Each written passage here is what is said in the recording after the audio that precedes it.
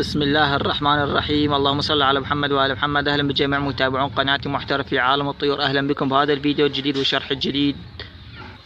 اعذروني يا أخوان، صار لي أسبوعين ما منزل فيديو على القناة بسبب أنا كنت مريض كلش، كان دمي نازل درجتين وضغطي نازل وما قدرت أصور فيديو وأنزل على القناة.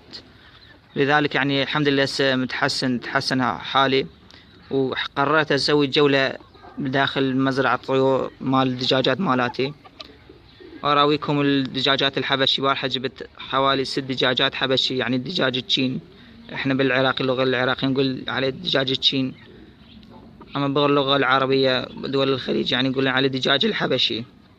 هسه كلها ان شاء الله اراويكم اياه ان شاء الله. اذا بنهاية الفيديو اذا عجبكم الفيديو لا تنسوا اللايك والاشتراك بالقناة وتابعوا وياي يا اخوان.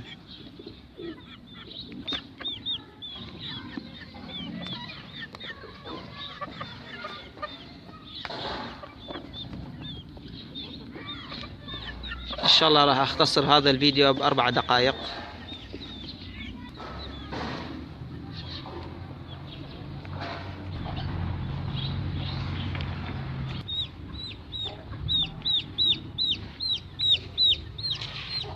هذا الكتكوت من عمره 2 أسبوع،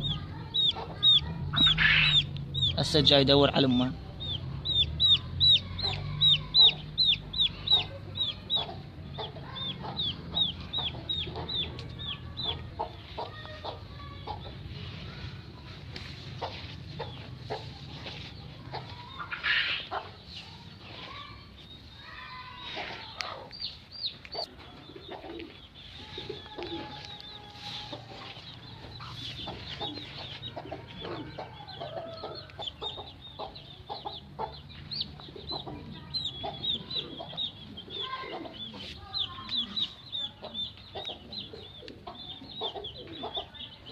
هاي الدجاجة عندها 4 كتاكيت، 2 مال الفقاس حطيتها جواها قبلتها يعني قامت تربيهن، 2 مال الفقاس و2 مالاتها. الحمد لله يعني قبلتي تربيهن. وعندكم اذا اي سؤال اكتبوا لي بالتعليقات وان شاء الله اجاوب على كل اسئلتكم يا اخوان. وشكر خاص الى مصطفى حمزة، هو هم واحد من المشتركين هنا ناحية قرطبة هنا من يمنا.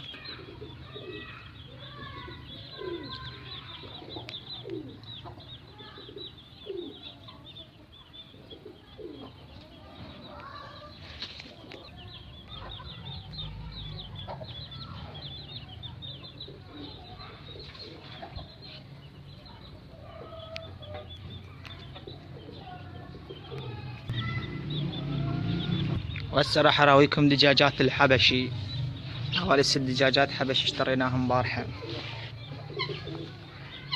هسه عندي 7 دجاجات حبشي، هاي 3، هذا الرابع، و2 هناك اذا تشوفونهم زين.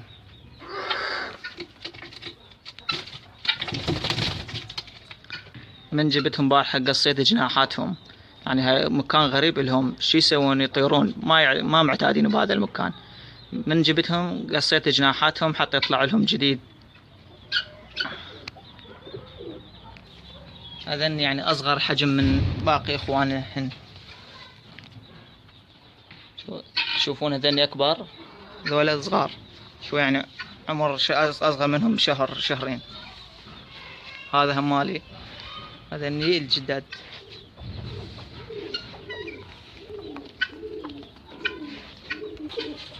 وهسه وصلنا يم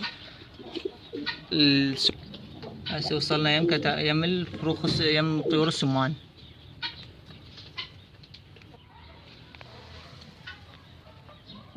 لأن طيور السمان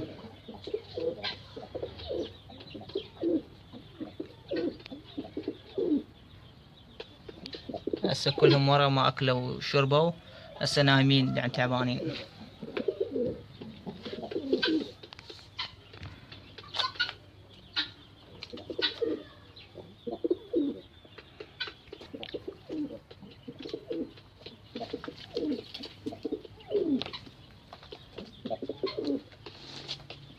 هذا حمام أخوي علاوي، المتابعين القدماء يعني يعرفون مال علاوي، شايفينه من زمان الحمامة علاوي. اما المشتركين الجديد اهلا كل الهلا بيهم، بعدهم ما شايفين حمامات اخوي علاوي. هذا الفحل والنثية مثل ما تشوفونه نايمة.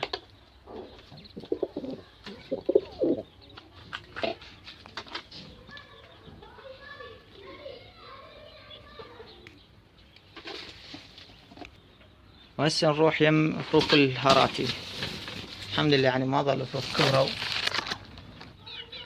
لأن فروق أو دجاجات الهاراتي الحمد لله كبروا مثل ما تشوفون. اثنين منهم أصلي يعني نوع أمريكي. إذا تشوفون هذا الأسود وهذا الأسود اللي جاي ياكل، هذني نوع أمريكي اثنيناتهم.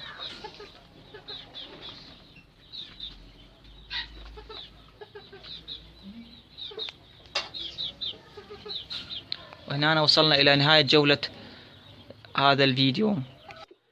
إذا عجبكم الفيديو لا تنسوا اللايك والاشتراك، وإذا عندكم أي سؤال اكتبوا لي بالتعليق إن شاء الله أرد عليها. وإذا تريدون مزيد من هاي المقاطع الفيديو اكتبوا لي بالتعليق إن شاء الله أصوركم وياه. وفي أمان الله.